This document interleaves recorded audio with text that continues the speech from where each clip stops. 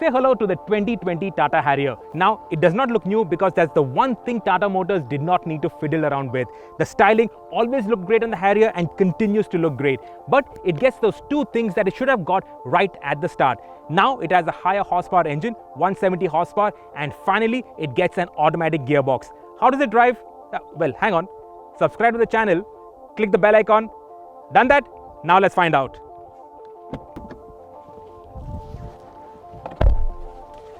So this is what is new, the 6-speed automatic gearbox. Now the gearbox has been sourced from Hyundai. It's the same gearbox that was there in the Hyundai Tucson. It's a 6-speed automatic gearbox. Obviously the new Tucson now gets an 8-speed automatic, but we love that gearbox in the Tucson and I'm sure it will do well here. What else is new? The seat, it's now got electric adjust for the driver. The steering always had rake, reach, so the driving position is excellent. The USB, it is better sighted, so you can plug into CarPlay without doing gymnastics. It gets ESP on all variants, manual, auto, base, top end, all get ESP. And it continues with this aircraft style handbrake, which is the one thing that I do not like. It also gets better profiled wing mirrors, so now the blind spots have been reduced so you can see the bike swarming around you. This is something that they should have sorted out. Anyway, let's hit the road.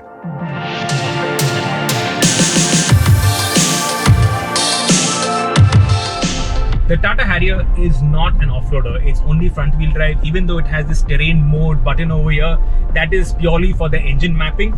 So it cannot do real off-roading, but what it can take is rough roads, and it really takes it in its stride. It's one of those few vehicles that is completely unfazed by bad roads.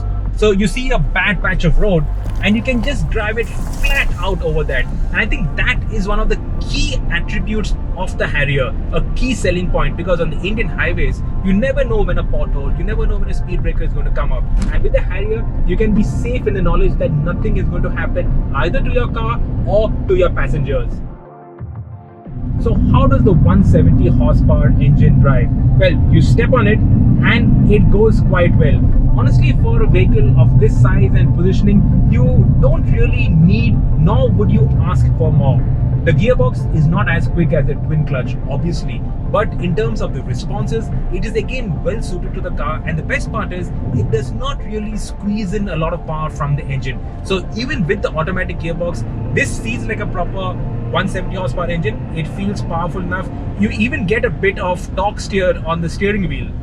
Handling, it has been a strong point and it continues to be. Now there is body roll and there's not so much in the way of feedback from the steering, but overall it is well balanced. So the ability to take corners on smooth roads plus the ability to hammer down bad roads, the Harrier, it can do both, and that balance is what hits the sweet spot. So you will find SUVs that go faster on corners on a smooth road. You will find SUVs that can go faster on bad roads, but you won't really find an SUV that can do both, and that is the strength of the Harrier. Tata Motors also says that they've worked a lot on the refinement of the engine, and that is a fact. I remember when we did the comparison test with the Hector and the earlier Harrier, and we were surprised that the Hector was so much quieter. But now, listen to the engine. I'm flat on the throttle and you can hear the beep, that 80 kilometers per hour buzzer, but you can't really hear the engine all that much. What you can hear is a bit of wind noise from these reprofiled mirrors, but thank God they have reprofiled the wing mirrors, because earlier the blind spots that you used to get were insane. Now there's no danger of you not looking at the bike and going into something that is on the road. Now you can actually see traffic around you. It has got thick A-pillars, but then for safety, you do need thick A-pillars. Those days when we used to road test cars and talk about slim A-pillars, all those days are thankfully gone. Now we have strong cars, and Tata Motors focuses a lot on safety, as we know. And for that, they've got ESP standard across all variants, though you can disable ESP completely if you're going off-road and you want a little bit wheel spin to get you out of sticky situations. The Harrier has a great driving position, the seats are wide, they're comfortable, and now you get this panoramic sunroof, so that brings in so much more air and light into the cabin. Now this sunroof, it has got anti-pinch, so if you got your fingers popping out of the sunroof, it won't pinch your fingers. If you lock the car and you forget to shut the sunroof, it will shut on its own. And if it senses rain, the sunroof closes on its own. It does not have voice assist and voice activation like other cars in its class, but this is enough, I think. The Harrier, it defaults into city mode when you start off. It has an eco mode. Economy drive mode activated. But you don't really want to drive it in economy mode because most Harrier owners are not really that worried about fuel efficiency either. You have a sport mode. Sport drive mode activated. And that makes the gearbox more urgent, makes it more responsive, makes the throttle more responsive, and makes the Harrier itself more responsive, and makes it actually great fun to drive. I really like the Harrier on the highways because you can take these corners with confidence and speed. You see a bad road, you don't have to slow down too much for it. The driving position is nice, visibility is great. It actually is a great car for driving around in India. Tata Motors always made great cars to tour in. The Safari, the Hexa, they were cumbersome in the city but great on the highway.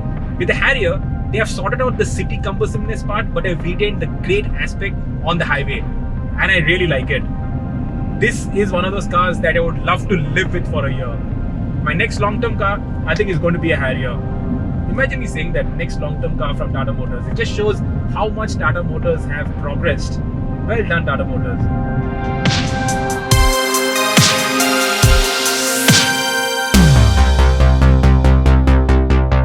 I've always been a fan of the Tata Harrier. That ride and handling courtesy of the Land Rover platform has always given it excellent dynamics. And now, with more power under the hood and that 6-speed automatic gearbox, this is a great SUV to do long distances in. Plus, in the city, it's actually very easy to drive, courtesy of those wing mirrors that have been reprofiled, so now it doesn't have those huge blind spots. Ultimately, the Harrier will sell because it looks super cool. Tata Motors and their styling team have done a really cool job on this, and it is a good thing that they haven't touched and fiddled around with it. The only really stumbling block is going to be the pricing. 20 lakh rupees for this top-end version is pushing the envelope in terms of affordability for a Harrier owner. But apart from that, the Harrier, it's spot on.